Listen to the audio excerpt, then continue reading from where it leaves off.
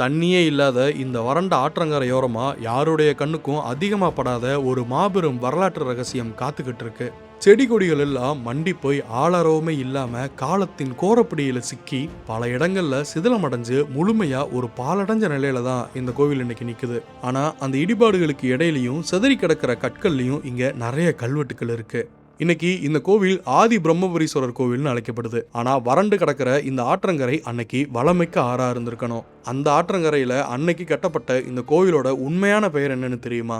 கல்வெட்டுக்களை அலசி ஆராயும் போது இந்த கோவிலோட உண்மையான பெயர் நமக்கு கிடைக்குது. இவ்வளவு சிறப்பாக கட்டப்பட்ட இந்த கோவில் எப்படி கவனிக்கப்படாம சதலமடைஞ்சு இப்படி ஒரு பரிதாப நிலைக்கு போச்சுன்னு தெரியல.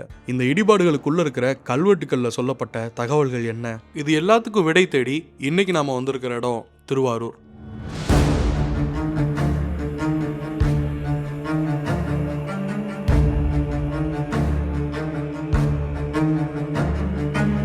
இதுதாங்க கோவிலுடைய முகப்பு பகுதி.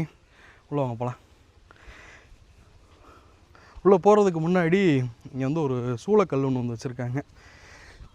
ஒரு சூளக்கல் வச்சுருக்காங்க. அப்புறம் இங்கே ஒரு பலிபீடம். அப்புறம் இறைவனுக்காக இங்கே வந்து ஒரு இடப கொட்டில் ஒன்று வச்சுருக்காங்க. அதாவது நந்தி, இடபம்னா நந்தி, அதுக்காக ஒரு கொட்டில் அமைச்சு அழகான ஒரு இடபம் ஒன்று வச்சுருக்காங்க. இதுதான் கோவில். கோவில் வந்து ரொம்ப சிதிலமடைஞ்ச நிலைமையில் வந்து இருக்குது. உள்ள இறைவன் இருக்காருங்க.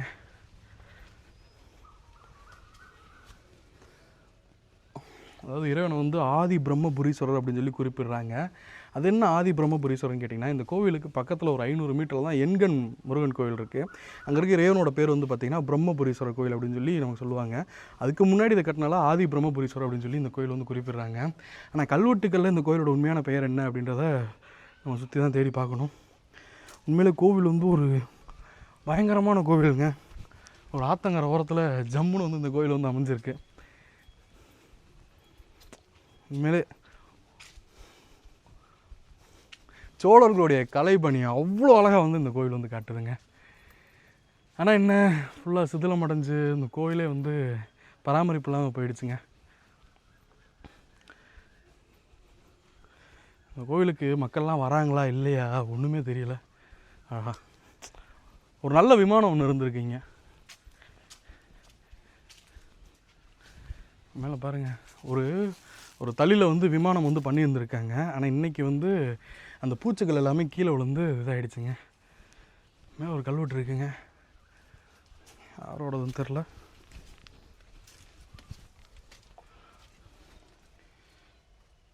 ஸ்வஸ்தி ஸ்ரீ விக்ரம சோழ தேவருக்கு யாண்டு அப்படின்னு சொல்லி போட்டிருக்காங்க இங்கே. அதாவது வந்து விக்ரம சோழருடைய கல்வெட்டு, குலோத்துங்க சோழருடைய பையன், அவரோட கல்வெட்டு இங்கே இருக்குங்க. கல்வெட்டில் ஒன்றுமே தெரியல. இது லேண்டு கொடுத்துருக்காங்க இந்த கல்வெட்டில். ஏன்னா இங்கே கீழ்ப்பாக்கல்லை மேற்பாக்கல்லைன்னு சொல்லி குறிப்பிட்டு வந்திருக்காங்க.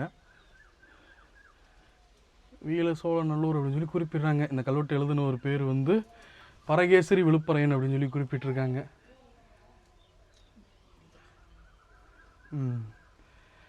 எழுந்தருள் வித்த அப்படின்னு சொல்லிட்டு இந்த கோவிலுக்கான தானத்தை வந்து கொடுத்து வந்திருக்காங்க.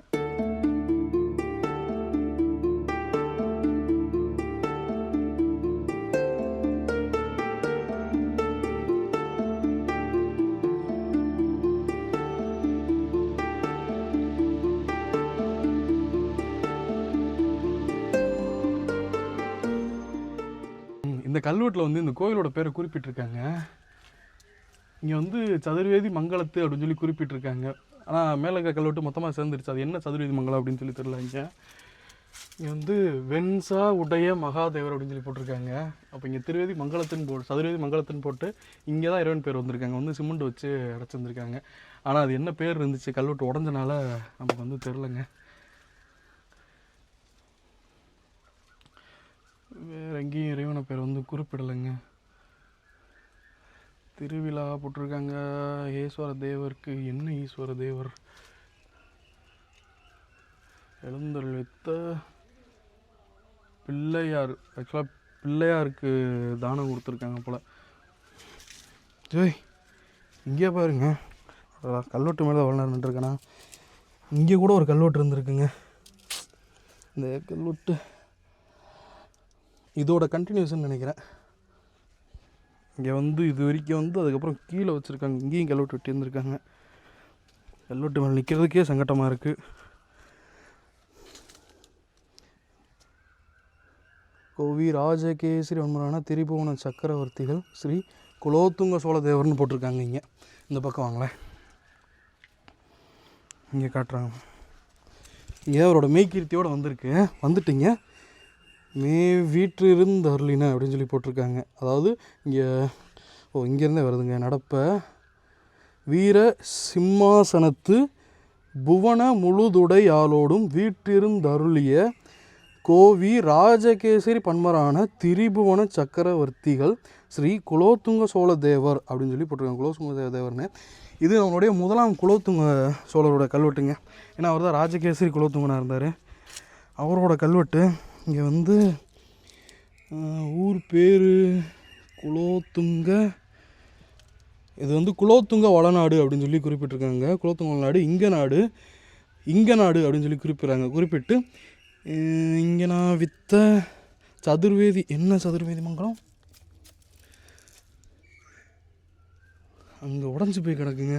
ஸோ இங்கே நாடு இங்கானன் வித்திரன்னு சொல்லி போட்டிருக்காங்க. போட்டிங்க சக்கரமும் சதுர்வேதி மங்களத்து உடையார் திரு வின்சார முடைய மகாதேவர் போட்டிருக்காங்க. வின்சாரமுடைய மகாதேவர் அப்படி ஒரு பேர் இருக்கா அப்படின்னு சொல்லி எனக்கு தெரில. இதில் வந்து வின்சாருடைய மகாதேவர்னு போட்டிருக்காங்க. வின்சாருடைய மகாதேவர் அப்படி தான் உங்களுக்கு பேர் தெரிஞ்சுன்னா கீழே கமெண்டில் சொல்லுங்கள். ஏன்னா இந்த கல்வெட்டு வந்து தெளிவாக தெரியல. நம்மளும் எதுவுமே வாங்கிட்டு வரல. பக்கத்தில் கடையே இல்லைங்க. ரொம்ப தூரமாக ஊருக்குள்ளே வந்து இந்த கோயில் இருக்குது. நான் அந்த கழுகு பார்வையில் பாருங்கள், சுற்றி எதுவுமே இருக்காது. ஒரு ஆத்தங்கரையில் தோட்டம் கிட்டம் எல்லாம் இருக்கிற ஒரு இடத்துக்குள்ளே தான் இந்த கோயில் இருக்குது. ஏற்கனவே நம்ம வந்து வரலாற்று பயணம் வந்தப்போ இங்கே ஆட்களை வந்து நம்ம வந்து கூட்டிகிட்டு வந்துடும், நம்ம நண்பர்கள் எல்லாத்தையுமே. அப்போ எல்லாருமே பார்த்து வருத்தப்பட்டாங்க இந்த கோயில். சரி, அதுக்கப்புறம் இந்த கோயில் மீண்டலுன்னு பார்த்தா இன்னும் மீண்டல. ஒரு வருஷம் ஆயிடுச்சு நம்ம வரலாற்று பயணம் வந்து. கோயில் வந்து ரொம்ப ஒரு மோசமான நிலைமையில் இருக்குங்க.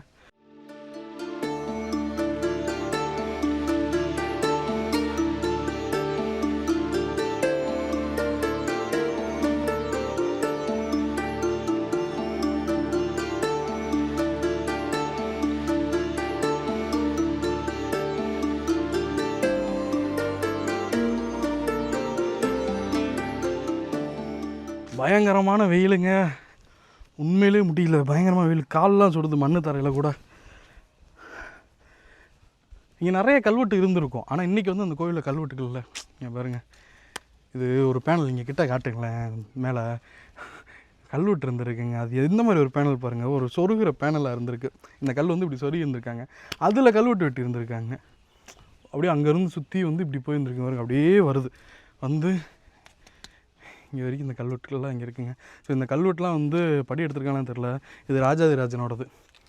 ஸ்ரீ ராஜாதிராஜ தேவருக்கு ஆண்டுன்னு போட்டிருக்காங்க. நம்ம எல்லா கல்வெட்டும் இப்படி பட்டையில் போட்டிருப்பாங்க. ஆனால் இங்கே பார்த்தீங்களா கல்வெட்டை வந்து இப்படி பண்ணி வச்சுருக்காங்க. கீழே வந்து போட்டு வச்சுருக்காங்க. ஸ்ரீ வித்த சதுர்வேதி மங்கலம் அப்படி சொல்லியிருப்பாங்க. பவித்ர சதுர்வேதி மங்கலமா இல்லை பவித்திர சதுர்வேதி மங்கலம்னு சொல்லி கல்வெட்டில் போடுறாங்க. இறைவனோட பேர் தான் எல்லா இடத்துலையும் செதஞ்சிருக்குங்க. இங்கே இப்போ வெயில் முடியலைங்க. அவ்வளோ வெயில் அடிக்குது. ஏப்ரல் இப்போ தான் தொடங்கியிருக்கு. முள்ளு குத்திருச்சுங்க.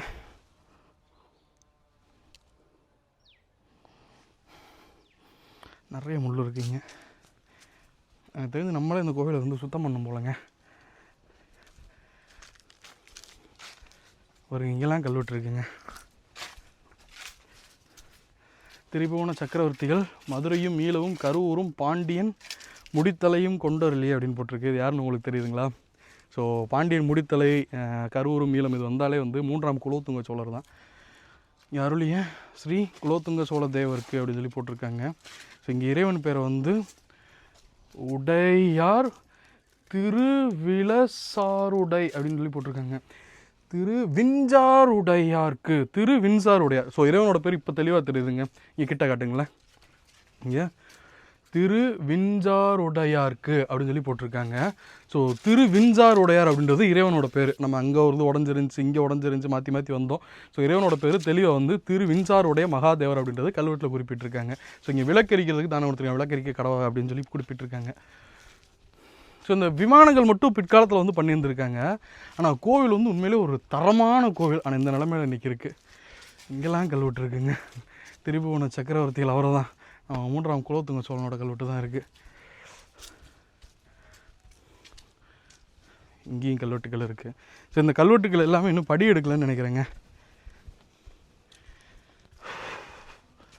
சத்தியமாக முடியலைங்க. நம்ம எத்தனையோ காணொலியில் வெயிலில் நின்றுருக்கோம், மழையில் நின்றுருக்கோம். இந்த இடம் பயங்கர வந்து ரொம்ப சொல்ல முடியாத அளவுக்கு வெப்பமாக இருக்குங்க. இங்கே காணொலி எடுத்துகிட்டு இருந்தோங்க, போனே வந்து டெம்பரேச்சர் ஹீட் ஆயிடுச்சு. அவ்வளோ ஹீட்டாக இருக்குங்க இந்த இடம்.